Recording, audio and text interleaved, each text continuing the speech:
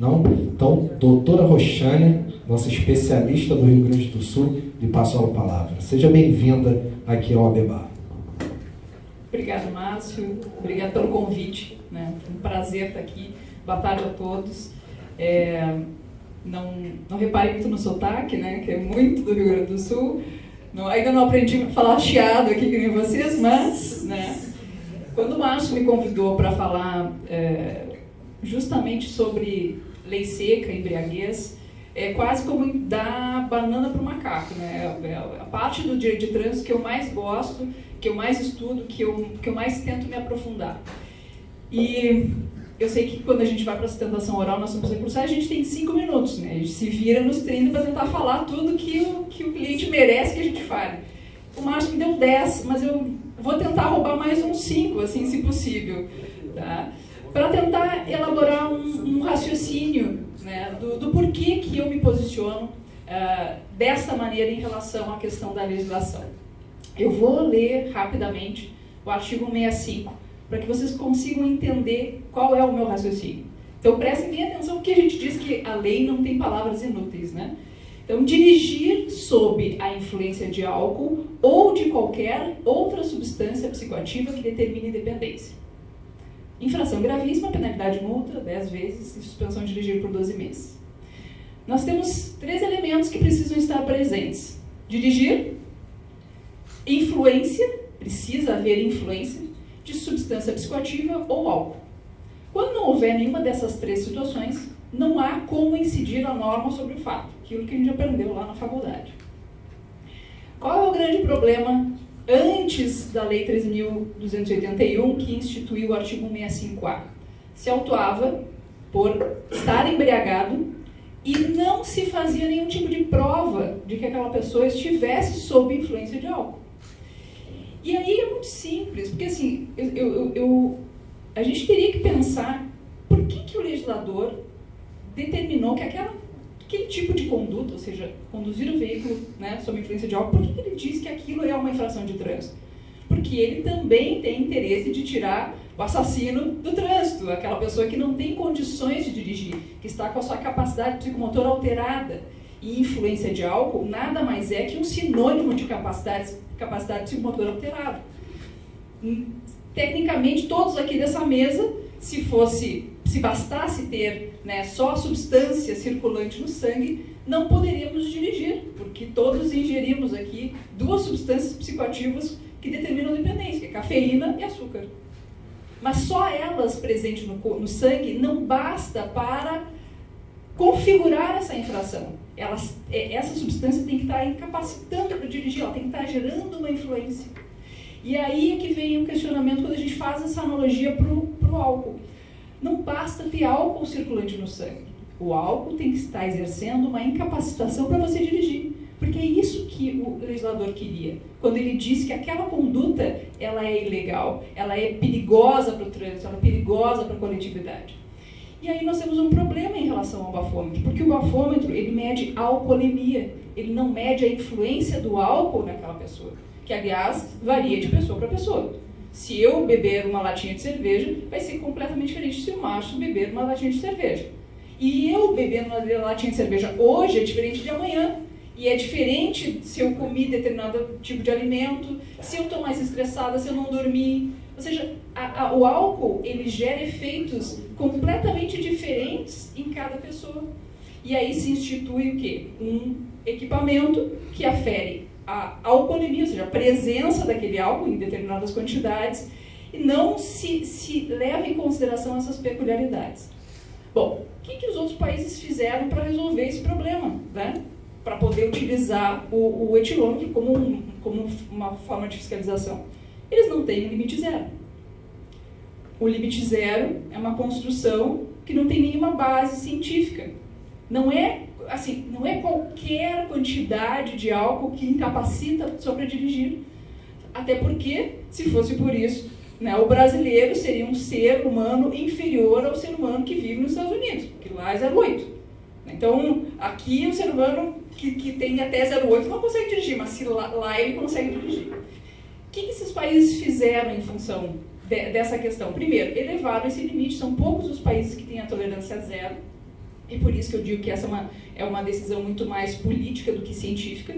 Convido a todos aqui a irem aí na biblioteca da UFRJ, né, que acho que é a mais famosa, e busquem lá na prateleira de medicina legal, dos livros de medicina legal, vocês vão ver lá o capítulo da intoxicação alcoólica, que vocês vão ver a maioria dos autores dizendo que até 0,5, né, teria esse limite, não haveria nenhum tipo de influência.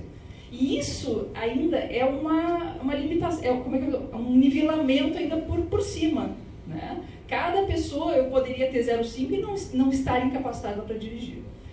Então, por todas essas questões, né, por termos feito um limite zero, por utilizarmos o etilômetro como único método de fiscalização, como eu disse, nos outros países, além de um limite maior, nós temos o quê? Um método combinado, em que eu uso o etilômetro como um dos fatores e depois vai ter um agente de trânsito preparado que vai conseguir averiguar a eventual incapacitação daquela pessoa para dirigir, se ela está com os olhos vermelhos, se ela está com hálito alcoólico, se ela está com as vestes desalinhadas, se ela está com o andar cambaleante, né? Eles são instruídos, inclusive, a fazer aqueles outros exames mais apurados que hoje a gente só vê no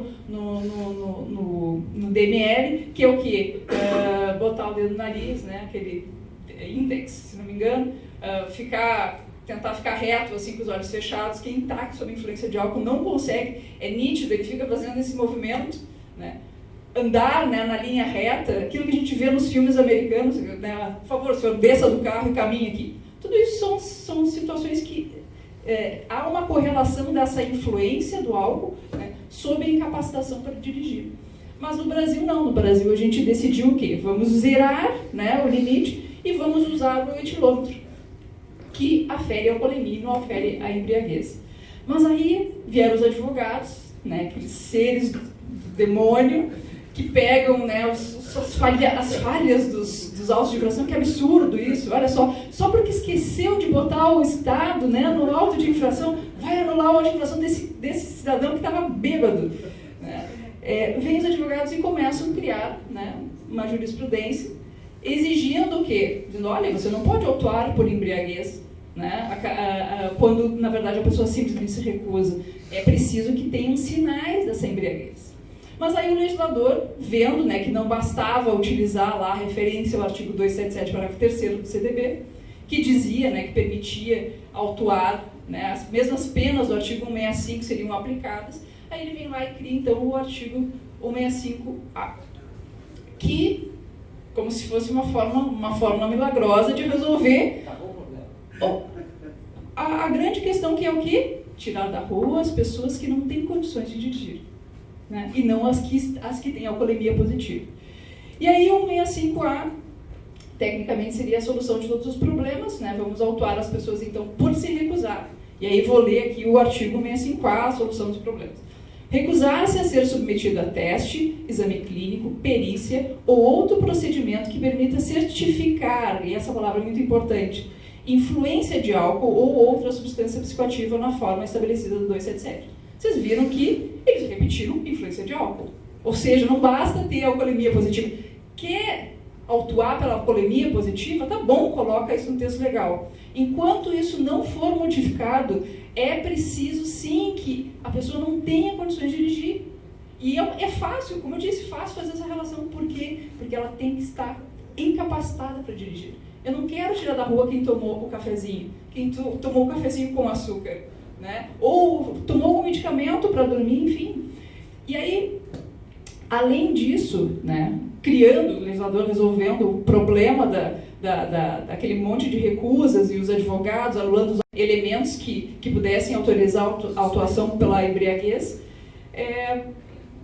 vem, né, lá pelo menos no meu estado, uma onda de novos juízes, né, que, na verdade as turmas empresariais elas vão trocando muito, como eu digo, há muita dança das cadeiras, né, os juízes vão sendo promovidos, vão sendo transferidos, alguns, né, ficam simplesmente um período, e é muito difícil fazer se ter um consenso assim por um longo tempo. Então, durante um tempo, nós tivemos basicamente quase todas as ações que ingressavam na Justiça do Rio Grande do Sul, no Juizado Especial, eram procedentes, né, eram anuladas, esses autos de infração, quando as autuações se davam pela simples recusa, desacompanhada de qualquer elemento. trocaram os juízes, trocou-se o entendimento, começou a virar uma loteria, né, dependia de como quem caía. Nós temos 3 turmas recursais e assim até eu fiz um levantamento. Hoje nós temos em torno de 20 mil processos de trânsito no Juizado Especial da Fazenda Pública, que é de um juiz basicamente, né, que tem que... Vara única, praticamente é vara única. Não, vara de um juiz, né? É um juiz só que lida com esses 20 mil processos. E aí, em função disso, dessa loteria, eis que foi instalado um incidente de uniformização lá no Rio Grande do Sul. Aliás, dos 2 artigos, tanto do artigo 165A e do artigo 277, parágrafo 3º, combinado com 65. Então, eram os 2 tipos de autuação, que, pelo entendimento do relator, foram julgados de forma conjunta. Pois bem, nesse meio do caminho, entre pauta e aí não tinha quórum na primeira vez, aí depois voltou para julgamento, houve, né, um fato novo, porque pelas contas, né, nós, advogados, sabíamos que quem era a favor da autuação pela simples recusa iria ser o voto majoritário, né, nesse conjunto, tanto que o incidente teve um julgamento de 7-5. Mas nesse meio do caminho, o que aconteceu? Eis que a ministra Carmen Lúcia, de maneira monocrática e até, né, que ousando discordar da ministra, né, como se pudéssemos, né, não deveria ter sido de forma monocrática, porque ainda não temos talvez uma ampla maioria, ela decidiu que o principal argumento, aliás, né, voltando um pouquinho só para entender também o raciocínio, o principal argumento de quem entende da possibilidade de se autuar com o artigo 165A, que no meu entendimento é inconstitucional e no entendimento da ministra também, né, então estamos em sintonia nós duas, é que isso é uma penalidade administrativa e o princípio da não autoincriminação seria aplicável tão somente para o âmbito penal. E aí, nesse voto da ministra, né, ela faz essa análise constitucional, dizendo que não, que o princípio da não autoincriminação também vale para o âmbito administrativo, né, especialmente porque nós temos um único ato, né? Imagina a situação hipotética, né? A Roxane é parada na lei seca, e aí o agente de trânsito pergunta se ela quer fazer o teste, e ela diz, olha, eu faço, entendeu? Até porque eu sou obrigada a fazer para o âmbito administrativo. Mas se der positivo, o senhor promete que o senhor não vai usar essa prova para o crime, porque para o crime eu tenho direito de não fazer prova contra mim. Né? Ou seja, é o mesmo ato, é a mesma prova. Como é que a pessoa pode escolher que ela faz para uma infração e não escolhe para não fazer para outra? Né? E aí a ministra, nesse voto dela, depois eu posso passar aqui o número do processo, ela diz justamente isso, que o princípio da não autoincriminação, ele vale para o âmbito administrativo e dá como exemplo os casos de processo disciplinar, em que a testemunha é convidada e que ela tem o direito de não testemunhar com medo, né, de que o que ela for falar possa ser usado contra ela, num processo disciplinar contra ela, no caso. Bom, no meio, então, desse julgamento que nós tivemos dado o incidente de uniformização, teve essa decisão que não sensibilizou os nossos juízes lá das turmas recursais e, portanto, julgaram, né, de forma desfavorável aos condutores. Mas eu queria só citar uma partezinha, porque para quem gosta muito dessa matéria, eu sugiro que leiam este acordo.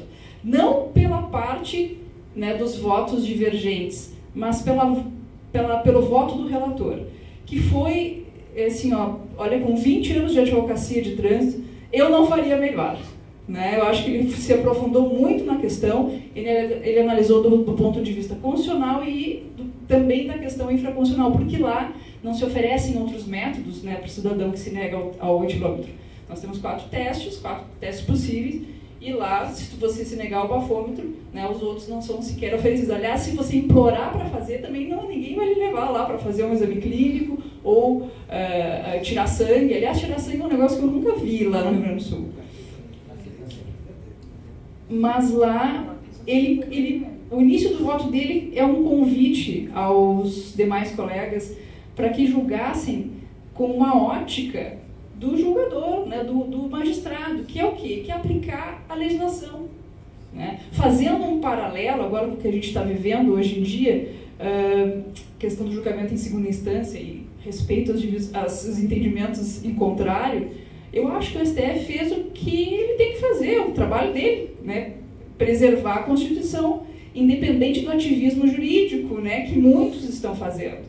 Então, eu quero, só um parênteses, né, eu quero sim que o bandido seja preso o quanto antes, como cidadã, né, mas então vamos mudar a lei para isso. Né? Mas o nosso Poder Judiciário, ele tem que fazer o quê? Ele tem que aplicar a lei da melhor forma possível e sempre em observância aos princípios constitucionais. Está aqui o nosso juiz, né, para corroborar isso. E aí ele cita um trecho muito interessante que ele fala assim, ó, se juízes e outros atores jurídicos se afastam da normatividade constitucional com o objetivo de alcançar uma vantagem política, de fazer prevalecer o que eles entendem como correto ou de impor a sua visão de mundo, há um evidente risco à democracia. Então, o que é preciso, né? Nós temos hoje uma legislação que tem um caráter extremamente desrespeitoso a uma norma constitucional. Né? Por mais que vocês não queiram ter os bêbados assassinos na rua, antes disso, a gente tem que preservar aquelas conquistas, né, que foram muito difíceis de serem adquiridas. Ou seja, a Constituição de 88 ela veio preservando várias garantias constitucionais. E se nós atropelarmos isso, só porque a gente não quer que o bêbado assassino na rua, né, acho que talvez seja mais fácil mudar a legislação do que desrespeitar a Constituição.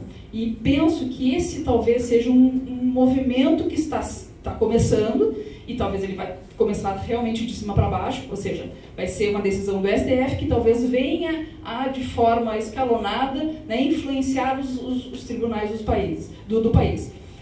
Lembrando, Márcio, assim, o que está acontecendo hoje? Tá? Tem esse incidente, então, de uniformização lá no Rio Grande do Sul. São Paulo foi instaurado um incidente de arguição de inconstitucionalidade, que hoje não teve julgamento, mas teve um parecer do Ministério Público de São Paulo favorável, né, à declaração da inconstitucionalidade do artigo 65A. E tivemos até agora 2 votos, né, aceitando o incidente. Tem também o CETRAN do Distrito Federal, o CONTRANDIF, isso, exato, o CONTRANDIF, que já deu também, já fez uma resolução, né, e regulou o procedimento. Regulou o procedimento. A gente na rua. E 2, 3 dias depois, né, o Tribunal do Distrito Federal, né, dizendo que nessas situações do 65A seria válido, né? Sim. Ou seja, o órgão administrativo fazendo a orientação de que deve apresentar sinais, e enquanto o Poder Judiciário dizendo que não, que está tudo ok, tem que multar desse jeito mesmo. Então, o meu convite é o quê?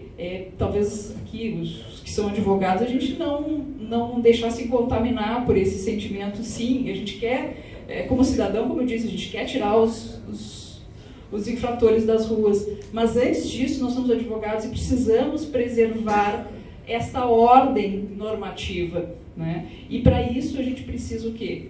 Usar uma boa argumentação. Então, o raciocínio esse que eu fiz desde o início é para tentar mostrar para vocês o que, né, na minha humilde aqui, o meu humilde lugar de estar dividindo um pouco do conhecimento com vocês.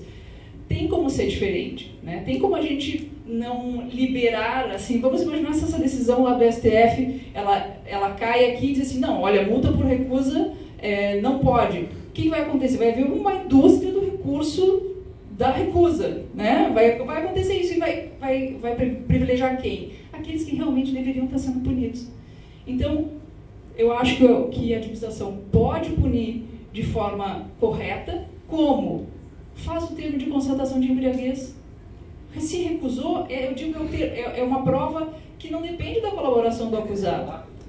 E isso vai consubstanciar essa autuação, e tenho absoluta certeza que já torna mais difícil, não há 100%, né, em lugar nenhum, mas torna muito mais difícil uma anulação de um auto de infração em que o agente de trânsito lá viu os sinais que aquela pessoa, olha, se recusou, e além disso, tem mais um documento dizendo que todos os sinais de embriaguez que aquela pessoa está apresentando. Agradeço. Fico aberta às perguntas.